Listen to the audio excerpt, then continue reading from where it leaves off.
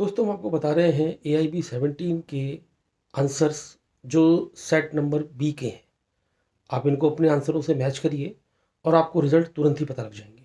नमस्कार दोस्तों, आज इस वीडियो के अंदर ऑल इंडिया बार एग्जामिनेशन का 17 टाइम जो पेपर हुआ है 5 फरवरी 2023 को, उसकी मैं आंसर कीज आपको बताने वाला हूं। लेकिन याद रखिएगा, आंसर कीज मैं वो वाली बताऊंगा, ये मैंने खुद सॉल्व करी हुई है, ठीक है। लेकिन मैंने कुछ अलग तरीके से सॉल्व करी है, जिससे कि जो भी ये पर्सन जो है वीडियो देख रहा है ना, उसको 100% अपनी श्योरिटी होगी कि मैं जो आपको आंसर बता रहा हूं ना, वो आंसर बिल्कुल 100% करेक्ट है। क्यों, कैसे, मैं आपको with provision, with section, with act, with clause, with कौन से इलिस्ट्रेशन में ये बात लिखी हुई है, कौन सा एग्जाम्पल में ये बात लिखी हुई है, कौन सा केस लॉ में ये बात लिखी हुई है, सारी चीज बिल्कुल पानी की तरह बिल्कुल साफ हो जाएंगी आपके पास। मैं ये चीज आपको प्रोवाइड कराऊंगा, पूरी यूट्यूब पे आप चेक कर लेना, ये चीज आपको देखने को कहीं नहीं मिलेगी, याद रखिएगा। मैं विद सेक्शन आपको एक एक चीज बताऊंगा। तो वीडियो को स्टार्ट करते हैं। क्वेश्चन पेपर जो है आपको स्क्रीन के ऊपर भी दिख जाएगा, तो याद रखिएगा, इतना आप कंफ्यूज मत होइएगा, क्योंकि आज मेरे लिए थोड़ा सा मुश्किल दिन रहा है, क्योंकि मैंने वीडियो रिकॉर्ड करी थी बट वो वीडियो मेरी हो गई करप्ट, तो इसलिए मेरे को अब थर्ड टाइम में वीडियो रिकॉर्ड करनी पड़ रही है। तो चलो शुरू करते हैं। पहला क्वेश्चन हमारा आता है FIR के रिगार्डिंग। अगर FIR SHO साहब जो रिकॉर्ड नहीं करते हैं तो हम कहाँ जाएंगे जी, SP के पास जाएंगे या फिर कंप्लेंट लेके मैजिस्ट्रेट के पास जाएंगे। As per section number 154 clause 3 and 156 clause number 3 of the CRPC। तो इसका क्वेश्चन नंबर 1 का आंसर है डी। क्वेश्चन नंबर 2 का आंसर क्या होगा, पहले मैं आंसर बता देता हूं, आंसर होगा सी। अगर 160 की स्टेटमेंट जो है पुलिस वाले रिकॉर्ड करना चाहते हैं, तो वैसे केस के अंदर कोई व्यक्ति ऐसा है जो 15 साल से कम उम्र का है और 65 साल से ज्यादा उम्र का है, तो उसको थाने में बुला के हम उसकी स्टेटमेंट रिकॉर्ड नहीं कर सकते, हम मतलब पुलिस ऑफिसर। तो ऐसे केस में C would be the correct answer. 161 के प्रोविजन अगर ये पढ़ोगे वहां पे आपको देखने को मिलेगी। क्वेश्चन नंबर 3 की बात करें कि अगर कोई भी व्यक्ति जो है कोर्ट के अंदर झूठ बोलता है एफिडेविट देने के बाद में, तो ऐसे केस के अंदर क्या करोगे यार, ये तो प्रिजुरी का ऑफेंस है, section number 193 of the IPC के अंदर ये पनिशेबल ऑफेंस के तौर पे ट्रीट करा हुआ है, तो answer would be A. Fourth question का प्रोक्लेम्ड ऑफेंडर, सेक्शन नंबर 82 पढ़ोगे, उसके अंदर ये चारों पॉइंट्स लिखे हुए हैं, तो D would be the correct answer. Question number 5 की बात करते हैं कि अगर कोई भी समन केस, किसी ने समन ट्रायल का केस है वो इंस्टीट्यूट करा विक्टिम ने, अब विक्टिम ही नहीं आया कोर्ट के अंदर, या विक्टिम मर गया हियरिंग के टाइम पे, हियरिंग से पहले, अब ऐसे केस के अंदर कोर्ट क्या करेगा, एक्यूज को बाइज्जत बरी कर दिया जाएगा, तो acquittal of the accused, fifth का B would be the correct answer. Question number 6 का आंसर हमारा होगा C, section number 20 of the CPC के तहत। ये मैं आपको सेट बी करा रहा हूं, याद रखिएगा, क्वेश्चन पेपर सेट बी करा रहा हूं मैं, ठीक है। और क्वेश्चन नंबर 7 की बात करें, रेस जुडिकाटा CPC का हमारा सेक्शन नंबर 11 के अंदर डिफाइन करा हुआ है। क्वेश्चन नंबर 8 की बात करते हैं, तो क्वेश्चन नंबर 8 का हमारा आंसर होगा ए, ठीक है, ए होगा। ऑर्डर नंबर 21 रूल नंबर 18 के तहत mister A may treat his joint decree as cross decree under order number 21 rule number 18, ठीक है। क्वेश्चन नंबर 9 की बात करें तो आंसर होगा हमारा ABC। क्वेश्चन नंबर 9 के अंदर ना क्या हुआ था, ABC जो है ना जॉइंट हिंदू फैमिली के मेंबर थे, उन्होंने तीनों ने मिलकर अपना एक प्रॉपर्टी मॉर्गेज कर दी, ठीक है। अब जिसको मॉर्गेज करी उसने तीनों के खिलाफ केस फाइल कर दिया, समन आया केवल ए नाम के व्यक्ति को, ठीक है। ए नाम का व्यक्ति, बी नाम का व्यक्ति, सी नाम का व्यक्ति, तीनों कोर्ट में गए नहीं, कोई भी समन इशू एक हुआ था, कोई भी नहीं गया। अब ऐसे केस के बी एंड सी ने सेट असाइड कराने के लिए एक्स पार्टी डिक्री को एप्लीकेशन लगाई। वैसे केस के अंदर जो BNC यहां पे बात होगी कि जो सेट असाइड की जो डिक्री है वो तीनों के फेवर में होगी, ABC, हाँ भाई बिल्कुल होगी, याद रखिएगा, तो C would be the correct answer. 9 का होगा सी। डी की बात करें तो institution of the suit, section number 26 of the CPC, C would be the correct answer. 11 की बात करें तो रिटन स्टेटमेंट डिफेंडेंट को 30 दिन के अंदर अंदर फाइल कर देनी है, B would be the correct answer, ठीक है। एंड क्वेश्चन नंबर 12 की बात करें तो क्वेश्चन नंबर 12 ना थोड़ा सा कॉम्प्लिकेट आपको लगेगा, बट आप अगर सेक्शन नंबर 100 का clause number 4 of the CPC पढ़ोगे तो उसमें लिखा हुआ है कि जो सेकंड अपील डालोगे वो question of fact, question of law के रिगार्डिंग नहीं होती है, केवल सब्सटेंशियल क्वेश्चन ऑफ लॉ के रिगार्डिंग होती है। तो सेकंड अपील हमारा जो सी पॉइंट है वो इसका सही जवाब है, जो कि गलत बात लिखी हुई है इसके अंदर। क्वेश्चन नंबर 13 की बात करें तो टेम्परेरी इंजंक्शन अगर मुझे चाहिए तो मैं कहां जाके लेऊंगा, मैं जाके लेऊंगा ऑर्डर नंबर 39 में, याद रखिएगा। अब 14 क्वेश्चन की अगर हम बात करते हैं, ये देखिए क्वेश्चन पेपर है और ये मैंने अपने खुद आंसर्स अभी आपके लिए निकाल के सॉल्व करे हैं कि इस क्वेश्चन का आंसर इस सेक्शन में मिलेगा, इस क्वेश्चन का अंदर इस एक्ट के अंदर आपको देखने को मिलेगा, इस क्लॉज में देखने को मिलेगा, इस इलिस्ट्रेशन में देखने को मिलेगा, याद रखिएगा। तो जो मैं आपको आंसर बता रहा हूं 110% ऑथेंटिक है, 100% में बात कर रहा हूं, 99.9% भी नहीं बोल रहा, याद रखना। क्वेश्चन नंबर 14 मैंने बता दिया, death marriage and insolvency of the parties हमारा कहां पे मेंशन है, ऑर्डर नंबर 21, जो एग्जीक्यूशन होता है ऑर्डर नंबर 21, तो उसका अगला ऑर्डर नंबर 22, इसके अंदर हमारे को डिफाइन करा हुआ है, तो C would be the correct answer. 15 की बात करें, रेस्ट गैस section number 6 of Indian Evidence Act, तो 15 का होगा बी। क्वेश्चन नंबर 17 की अगर मैं बात करूं, 17 हमारा है सेक्शन नंबर 19 की बात कर रहा है, सेक्शन नंबर 19, तो क्वेश्चन नंबर 16 हमारा जो है सी आंसर होगा, section number 19 of Indian Evidence act से जो बिलोंग करता है, ठीक है जी, हाँ। क्वेश्चन नंबर 17 की बात करें, जुडिशियल एविडेंस हमारा क्या होता है भाई, वो एविडेंस जो आपने कोर्ट में या प्रूव करने के लिए, डिसप्रूव करने के लिए दिया है, ठीक है, उसको हम जुडिशियल एविडेंस बोलते हैं। ये अगर मैं section number 3 of Indian Evidence act पढ़ूंगा मेरे को वहां पे देखने को मिल जाएगा। 18 की बात करें, डॉक्यूमेंट हमारा इंडियन एविडेंस एक्ट के तहत क्या चीज नहीं होती है। अगर मैं सेक्शन नंबर 3 पढ़ता हूं इंडियन एविडेंस एक्ट का, वहां पे डॉक्यूमेंट की टर्म मेरे को बता रखी है, उसमें मेटल प्लेट भी बोला, inscription of metal plate, map plan, caricature जो हमारा कार्टून के बॉक्स होते हैं, ठीक है, ये सब बता रखी है, तो D would be the correct answer. 18 का होगा डी। 19 की बात करें, presumption of the dowry that section number 113B of Indian Evidence act के अंदर बता रखा है कि भाई 7 साल से कम उम्र, मैरिज के 7 साल से अंतर्गत डेथ होनी चाहिए, डेथ से पहले उसको डाउरी डेथ के लिए पीड़ित करा गया हो, ठीक है, विक्टिम हो वो, तो 113B इसके अंदर बता रखा है। कोर्ट प्रिज्यूम कर लेता है कि भाई हाँ, हम तो एक्यूज बंदे को बोलते हैं कि भाई तुमने ही डाउरी डेथ में मारा है, ठीक है। क्वेश्चन नंबर 20 की बात करें, सेकेंडरी एविडेंस सेक्शन नंबर 63, इसका आंसर होगा सी। तो आप अगर सेक्शन नंबर 63 पढ़ोगे, सेक्शन नंबर 63 पढ़ोगे, उसका क्लॉज नंबर 5 के अंदर जाओगे, जब आपको इसका आंसर देखने को मिल जाएगा। तो क्वेश्चन नंबर 20 का है सी। क्वेश्चन नंबर 21 का है सी। प्लेंट हमारा जो है, प्लीडिंग जो है हमारी प्लेंट भी होती है, रिटन स्टेटमेंट भी होती है। क्वेश्चन नंबर 22 की बात करूं, एक्स्ट्रा जुडिशियल कन्फेशन क्या होता है? वो कन्फेशन जो आपने जज के अलावा, मैजिस्ट्रेट के अलावा किसी भी दुनिया में किसी भी इंसान को दिया है, उसका एक्स्ट्रा जुडिशियल कन्फेशन बोलते हैं। तो 22 का हमारा होगा ए।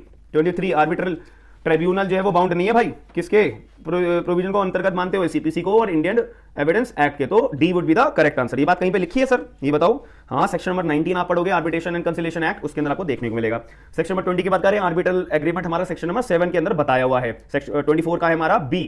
25 की बात करें तो आर्बिट्रेशन प्रोसीडिंग्स हमारी टर्मिनेट कब होती है? अगर फाइनल आर्बिट्रल अवार्ड पास हो गया हो, या फिर जो हमारा आर्बिट्रल ट्रिब्यूनल इशू है या ऑर्डर फॉर टर्मिनेशन की बात आती है, तो 1 और 3 इसका आंसर है। 25 का होगा ए। 25 के अंदर हमारा कहां पे मेंशन करा है? कहीं पे section number 32 of arbitration and conciliation act आप पढ़ोगे, देखने को मिल जाएगा। Section number 29 of arbitration and conciliation act क्या बात करता है कि ये majority of all the members, ये 2/4 3/4 की बात नहीं करी है, majority of all the members. 26 का हमारा होगा आंसर नंबर डी। 26 का आंसर 20, इसका सेक्शन क्या है? Section number 29 clause number 1 of arbitration and conciliation act. Question number 27 की बात करें, मेंटेनेंस ऑफ पेंडेंट लाइट, हमारा section number 24 of Hindu marriage act के अंदर बताया हुआ है। तो 27 का आंसर होगा सी। 28 का आंसर होगा हमारा बी। 28 का आंसर होगा बी। अगर मैं सेक्शन नंबर 2 का पॉइंट नंबर 6 पढ़ूंगा, dissolution of Muslim marriage act 1939 का, उसमें बोला है कि मुस्लिम जो वाइफ होती है वो डिवोर्स लेना चाहती है तो वो ले सकती है अगर उसका हस्बैंड जो है इनसेन है, ठीक है, याद रखिएगा। लीडिंग क्वेश्चन कहां पे पूछेंगे? केवल क्रॉस एग्जामिनेशन में पूछेंगे। हालांकि एक क्वेश्चन आपको ऐसे दे रहा हूं आपकी जनरल नॉलेज के लिए, क्या यहाँ पे प्रोसिक्यूशन अपने ही खुद के विटनेस का क्रॉस एग्जामिन कर सकता है? बताओ, रेफरेंस को बताऊं उसका आंसर, रेफरेंस में अगर आपका ही विटनेस हॉस्टाइल हो जाए तब, याद रखना, कोर्ट के परमिशन लेने के बाद में। चलो आगे चलते हैं। क्वेश्चन नंबर 30 की बात करें। 30 में बोला है कि भाई वॉइड मैरिज हमारी कब मानी जाएगी? पहले तो बात ये रखिए, सेक्शन नंबर 5 इसके अंदर आता है हिंदू मैरिज एक्ट का। सेक्शन नंबर 5 का पॉइंट नंबर 1 वॉइड मैरिज का आता है, बाइगेमी मोनोगमी की बात करता है। सेक्शन नंबर 5 का 4 जो हमारा बात करता है अगर भाई आपका जो है प्रोहिबिटेड डिग्री ऑफ रिलेशनशिप में, सॉरी आपका वॉइड मैरिज होगी। सेक्शन नंबर 5 का 5 जो बात करता है सपिंडा रिलेशनशिप में अगर आपकी शादी हुई है, सॉरी आपकी वॉइड मैरिज होगी। तो यहाँ पे ये पॉइंट बता रखे हैं, बाइगेमी, प्रोहिबिटेड, सपिंडा, हाँ, तो D would be the correct answer, क्योंकि चाइल्ड मैरिज हमेशा और हमेशा वैलिड होती है लेकिन पनिशेबल होती है सेक्शन नंबर 18 के तहत, लिखी हुई बात ऑफ हिंदू मैरिज एक्ट, ठीक है।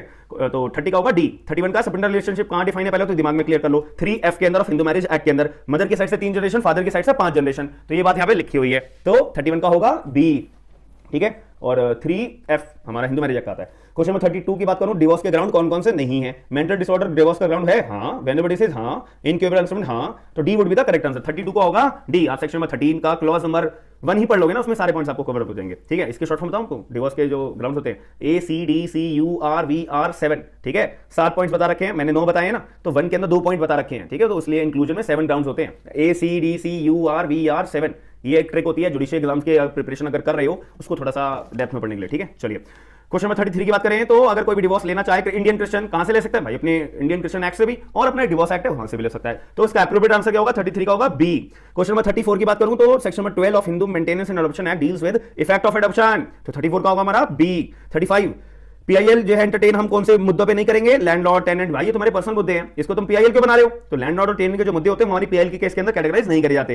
Who is the father of PIL? PN Bhagwati ji, ठीक है। 37 की बात करें तो 36 का हमारा है पीएन भगवती डी। 37 का हमारा क्या है? पहले तुम आंसर बता देता हूं उसका, पहले एक बार पढ़ लेता हूं। हाँ, सेक्शन नंबर हमारा मेरे हिसाब से इसका, एक सेकंड में चेक कर लेता हूं, गलत नाम ना, हाँ, इसका सेक्शन नंबर है 5। तो क्वेश्चन नंबर 37 का है हमारा ए, सेक्शन नंबर 5। इसमें बात बोला कि भाई मुस्लिम वाइफ के पास अधिकार है, सेक्शन नंबर 125 से लेकर 128 ऑफ सीआरपीसी की मदद लेके वो मेंटेनेंस पा सकती है। क्या उनके पर्सनल लॉ के अंदर भी Muslim women protection of rights on divorce act 1986 के अंदर कोई ऐसा प्रोविजन है? यस, सेक्शन नंबर 5 के अंदर बात लिखी है। क्वेश्चन नंबर 38 की बात करें, हुस्नैरा खातून वर्सेस स्टेट ऑफ बिहार हमारा किससे रिलेट करता है? राइट ऑफ स्पीडी जस्टिस, तो 38 का होगा ए। 39 का क्या है? यूसुप्रेशन ऑफ पब्लिक ऑफिस के तहत हम कौन से रिट इशू करेंगे? रिट ऑफ क्यो वारंटो, 39 का होगा सी। 40 का क्या है? रिच एंड बेल केस हमारे किससे रिलेटेड? नेचुरल जस्टिस से। 41 ऑडी अल्ट्रम पार्ट्रम, भाई देखो एक बात बताओ, ऑडी अल्ट्रम पार्ट्रम का मतलब क्या है? दूसरे की भी बात सुन लो, दूसरे की साइड भी तो सुन लो वो क्या कहना चाह रहा है। तो A would be the correct answer. किसी भी व्यक्ति को हम कंडोन यानी माफ नहीं करेंगे विदाउट बीन हर्ड। 42 की बात करें, बार काउंसिल के पास अधिकार है कि वो रूल्स बना सकते हैं as per the advocate act 1961। 43 के अंदर क्या बता रखा है कि अगर कोई वकील है, प्रैक्टिस कर रहा है, अगर वो लॉ पढ़ाना चाहता है, कितने घंटे तक पर डे पढ़ा सकता है? 3 घंटे, ठीक है, 3 घंटे। 43 के क्वेश्चन का आंसर है बी, ठीक है, याद रखिएगा। और इसके अंदर यूजीसी की भी अपनी गाइडलाइंस है, ठीक है, यूजीसी की भी अपनी गाइडलाइंस, उन्होंने भी ग्रांट दे रखा है कि हाँ एक वकील पढ़ा सकता है, तो कोई इसमें डाउट आता ही नहीं है।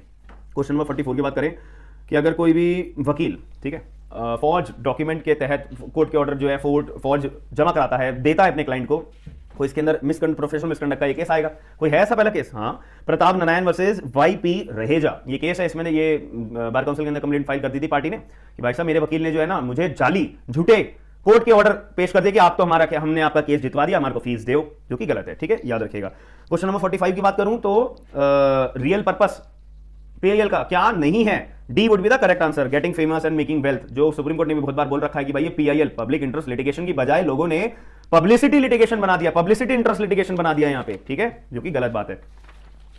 46 की बात करें तो 46 के अंदर अगर कोई भी प्राइवेट कंपनी है, प्राइवेट लिमिटेड कंपनी है, उसको पब्लिक कंपनी में कन्वर्ट करना है, कर सकते हो? हाँ कर सकते हो, क्या कोई दिक्कत नहीं है। तो उसके लिए स्पेशल रेजोल्यूशन पास होता है। इसका सेक्शन क्या है? सेक्शन नंबर 14 का clause number 1 of companies act 2013 पढ़ोगे, इसमें मिल जाएगा। 47 की बात करें तो डॉक्ट्रिन ऑफ लेफ्टिंग ऑफ और पियर्सिंग, ठीक है ठीक है ठीक है, तो ये कंपनी लॉ के अंदर गवर्न होगा। 47 का होगा बी। 48 का है हमारा, पहले मैं आपको आंसर बता देता हूं, 5A यानी कि बी। तो एनजीटी के पास आपको अपील लगानी है तो 5A के अंदर यहाँ पे एनवायरमेंटल लॉ के तहत ये 5A के अंदर बात लिखी हुई लगा सकते हो। 49 का पहले आपको आंसर बता दो बी, आर्टिकल नंबर 51A जी की एनवायरमेंटल प्रोटेक्शन के लिए कौन सी फंडामेंटल ड्यूटीज बता रखी है। 50 क्वेश्चन का आंसर है सी, केवल हाई कोर्ट के अंदर लग सकती है अपील, कि अगर आप साइबर एपेलेट ट्राइब्यूनल के फैसले से खुश नहीं हो, सेटिस्फाइड नहीं हो, आप चाहते हो उसकी मैं अपील लगाना चाहता हूं, अपील लगा सकते हो, बिल्कुल लगा सकते हो, कोई दिक्कत नहीं है, लेकिन शर्त यही है केवल हाई कोर्ट में अपील लगाओगे। कहां लिखिए बात? Section number 62 of information and technology act के अंदर, ठीक है। क्वेश्चन नंबर 51 की बात करें तो इसको बोलेंगे एड्रेसी। क्वेश्चन नंबर 51 का नाम है, आंसर है एड्रेसी, सेक्शन नंबर 2 का clause number 1 of information and technology act के अंदर, ठीक है। क्वेश्चन नंबर 52 की मैं बात करूं तो अगर कोई भी ट्रेड यूनियन का रजिस्ट्रेशन कराना है तो 7 मेंबर तो होने भैया बहुत जरूरी है, याद रखना। 52 का होगा डी। 53 का हमारा आंसर होगा 60 डेज। 53 का होगा हमारा सी, ठीक है। कहां लिखी है बात? सेक्शन नंबर 37 आप पढ़ोगे एडवोकेट्स एक्ट 1961 का, तो सेक्शन नंबर 37 में 60 डेज आपको स्पेसिफिकली देखने को मिलेगा, ठीक है जी। क्वेश्चन नंबर 51 सेट बी के अंदर। 54 की बात करूं तो अगर कोई भी व्यक्ति उसका अल्टीमेट कंट्रोल होता है तो उसको बोलते हैं ऑक्यूपायर। 54 का आंसर है हमारा ए, ऑक्यूपायर, ठीक है। 55 का हमारा आंसर है कि अगर आपकी फैक्ट्री में 1000 से ज्यादा लोग काम करते हैं तो आपको सेफ्टी ऑफिसर अपॉइंट करना मैंडेटरी है, तो 55 का है ए, ठीक है। 56 का है कि अगर आप देखते हो रोड एक्सीडेंट हो गया तो आपकी सबसे पहले ड्यूटी क्या होगी एज एन एडवोकेट? सबसे पहले आप एफआईआर दर्ज कराने के लिए कॉल करोगे 100 नंबर पे, फिर आप इंश्योरेंस वालों को इन्फॉर्म करोगे। तो 56 का है A would be the correct answer. 57 की बात करें, देखो 57 में स्किप कर रहा हूं क्योंकि मुझे इसका लगता है कि ऑप्शन गलत है, ये क्वेश्चन गलत है मेरे पॉइंट ऑफ व्यू से। मुझे इसका जो है केस लॉ अभी दिमाग में घूम रहा था बट मैं स्किप हो गया, मेरे हिसाब से 57 का आंसर नहीं मिला मुझे इसके अंदर, मुझे समझ में नहीं आया ये क्वेश्चन, ठीक है जी। चलो 58 का मैं अगर बात करूं, question number 58, Gloucester grammar school case is a landmark case which is based on maxim ए डैमियम साइन इंजूरिया, ये हमारा करेक्ट आंसर है। 59 की अगर मैं बात करूं तो जो national consumer dispute redressal commission होते हैं उनका कितना जुरिडिक्शन है, बस इतनी सी बात पूछी है। तो 59 का है बी, 10 करोड़ से ज्यादा एक्सीड वो नहीं करेंगे, ठीक है। एक्सीड 10 करोड़, इसका आंसर ये है बी। लिखी का है आप अगर सेक्शन नंबर 58 का क्लॉज नंबर 1 का sub clause number point number 1 of consumer protection act 2019 वाला एक्ट अगर पढ़ोगे, 2019 वाला मैं बात करूं तो उसके अंदर आपको इसका आंसर देखने को मिल जाएगा बी, 10 करोड़, ठीक है। 60 क्वेश्चन की बात करें तो इसके अंदर बात लिखी हुई है कि अगर कोई भी स्टैंडिंग ऑर्डर पास करा जाता है एम्प्लॉयर के द्वारा तो वो हमारा इंग्लिश में होगा भाई, ठीक है। तो 60 का होगा हमारा बी। लिखी का है section number 9 of industrial employment standing order act 1946 के तहत ये हमारा आंसर होगा बी। आगे बात करते हैं, किसी व्यक्ति को हम रेजिडेंट कब मानेंगे? अगर वो व्यक्ति भारत के अंदर फिजिकली प्रेजेंट है 182 डेज के लिए या उससे ज्यादा, ठीक है, एक प्रीवियस फाइनेंशियल ईयर में, तो उस व्यक्ति को हम रेजिडेंट ऑफ इंडिया मान लेते हैं। तो 61 का है ए, याद रखना टैक्सेशन आप लॉ पढ़ते हो ना, उसमें ये देखने को मिलता है। तो 62 की अगर मैं बात करूं तो अगर ए नाम का व्यक्ति है, ए नाम के व्यक्ति ने एक जमीन खरीदी 80 लाख में, बेच दी 94 लाख में, 14 लाख रुपए का उसको जो है मुनाफा हुआ। अभी 14 लाख रुपए as per the income tax के अंदर वो कैसे शो करेगा? कैपिटल गेन के अंदर शो करेगा वो, ठीक है। तो 62 का है ए। लिखी का है ये बात section number 54 of income tax act के पढ़ोगे, इसमें आपको देखने को मिल जाएगा। क्वेश्चन नंबर 63, मिस्टर मंजोत वो ट्रेडर है, ठीक है, उनकी अलग अलग गोदाम है, हमारे दिल्ली में गोदाम है, पंजाब में है, उत्तर प्रदेश में है, JNK में है। अब आप लोग एज एन एडवोकेट उन्हें गाइड करोगे कि भाई उनको GST कहां लेना चाहिए। देखिए कानून क्या कहता है, कानून कहता है कि भाई अगर जहां पे तुम्हारे को एग्जाम्पशन मिली हुई है वहां पे जीएसटी लेने की जरूरत क्या है? पहले तो कॉमन सेंस की बात है भाई, जब तुम्हें जीएसटी पे करने की जरूरत नहीं है, एग्जाम्पशन में है, तो तुम क्यों दे रहे हो? क्या लेने की जरूरत? तो जहां पे जरूरत है वहां लोगे। तो अब दिल्ली में इसको टैक्सेबल, हाँ यहाँ पे दिल्ली में जीएसटी लेना जरूरी है, हाँ जी भाई। पंजाब में लेना जरूरी है, एग्जाम करा हुआ है, क्यों लेने की जरूरत है? उत्तर प्रदेश में लेना जरूरी है, हाँ। जेएनके में लेना जरूरी है, हाँ, क्योंकि एग्जाम्पशन कुछ आइटम्स में, पूरे पे नहीं है, पंजाब की तरह पूरे पे नहीं है। तो दिल्ली, उत्तर प्रदेश, उत्तर एंड जेएनके का जीएसटी जो है लेंगे कौन? मिस्टर मनजोत जी। ठीक है, तो आंसर क्या होगा इसका? Answer B would be the correct answer. ठीक है, 63 का है बी। ठीक है, इसका सेक्शन नंबर 25 आप अगर रीड करोगे ना तो सेक्शन नंबर 25 में आपको ये चीज देखने को मिलेगी। 64 की बात करूं, जीएसटी का स्लैब 0, 5, 12, 18, 28, तो 64 का है C would be the correct answer.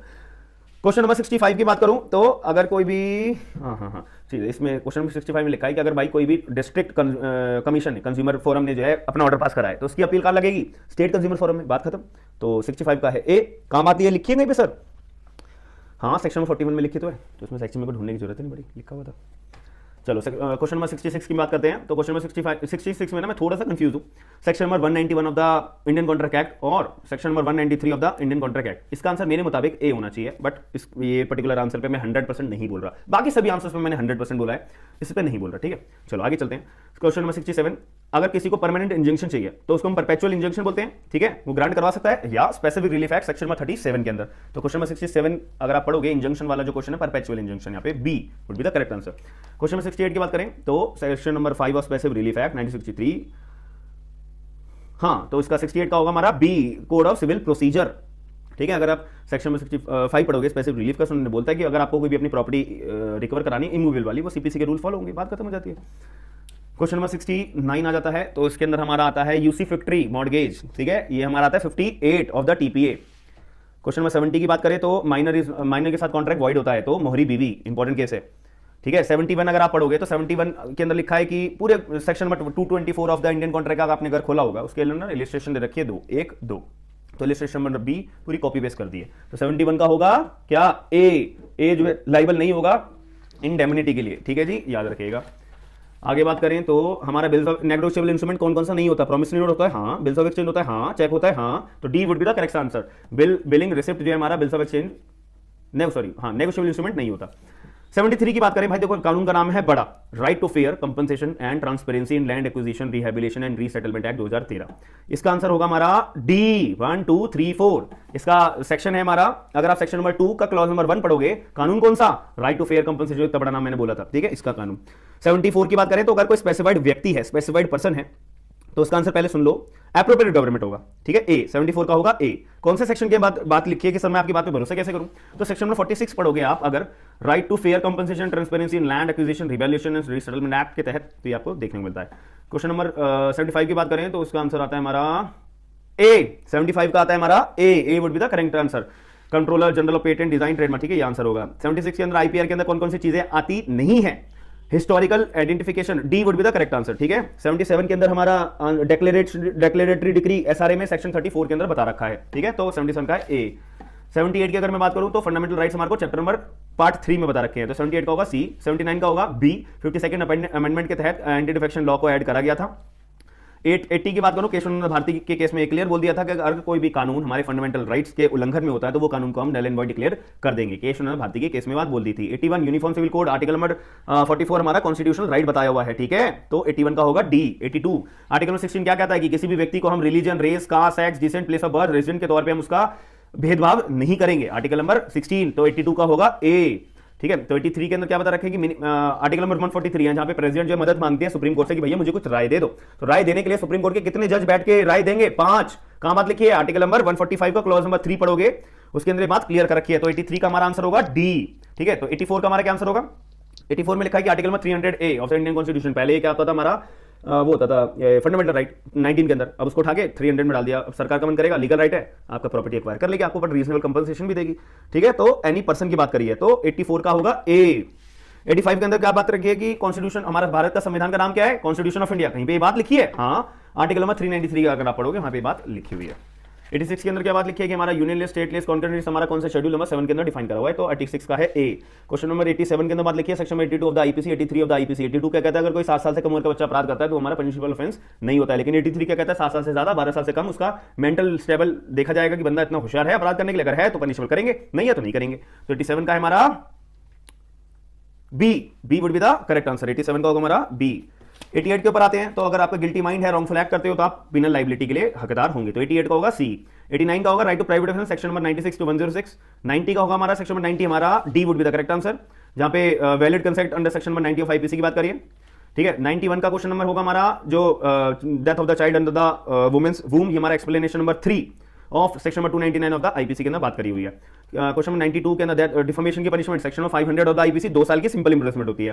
Question number 93 हमारा हाँ डी होगा। आर्टिकल नंबर 13 हमारा लॉ हमारा कौन सा नहीं है भाई, रूल्स लॉ होते हैं, कस्टम लॉज होते हैं, बाय लॉज लॉ होते हैं, आर्टिकल नंबर 30 के पॉइंट ऑफ व्यू से, तो D would be the correct answer. Question number 94 की बात करें तो अगर मैं आपको 4 दीवारी में बंद कर दूं, ना आगे जाने दूं, ना पीछे, ना लेफ्ट ना राइट, क्या होगा वो wrongful confinement 340 of the IPC के अंदर पनिशमेंट मानी जाएगी, ठीक है। क्वेश्चन नंबर 95 हमारा आता है प्ली बार्गेनिंग के अंदर आपको not below the age of 14 years आएगा हमारा बी। 95 का होगा बी, ठीक है। क्वेश्चन नंबर 96 की बात करूं तो हमारा सेक्शन नंबर 125 जो है सेक्युलर बना दिया गया था, कौन सा केस है, मोहम्मद अहमद खान वर्सेस शाह बानो बेगम। बहुत ज्यादा लड़ाई झगड़े होते हैं इस केस के आने के बाद, मैं आपको रियलिटी बता रहा हूँ, ठीक है, बट एक्चुअल में सेक्शन 125 सेक्युलर इन नेचर बन गया। 97 अगर कोई भी समरी ट्रायल है केस का, तो किसके पास पावर है इसका ट्रायल चलाने की, भाई कोई भी मैजिस्ट्रेट हो, चीफ जुडिशियल मैजिस्ट्रेट हो, मैजिस्ट्रेट फर्स्ट क्लास हो, सेकंड क्लास हो, एनी मैजिस्ट्रेट, ठीक है, या और empowered by the high court judicial magistrate first class also, तो D would be the correct answer. Question number 98 हमारे क्या बात करते हैं कंपेल का, हमारे इसके प्रोविजंस आते हैं 98 का आता है ए,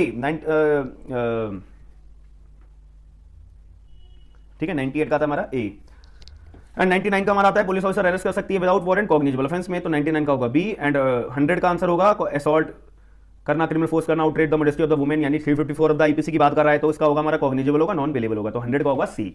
तो मैंने आपको सारे with logic, with section, with provision, with मतलब with articles also, with example, illustration सब बता दिया है। तो आई होप आपको वीडियो पसंद आई होगी। अगर वीडियो पसंद आई है तो चैनल को सब्सक्राइब जरूर करेगा, वीडियो को लाइक जरूर करेगा। हम मिलते हैं नेक्स्ट वीडियो के अंदर। थैंक यू, धन्यवाद।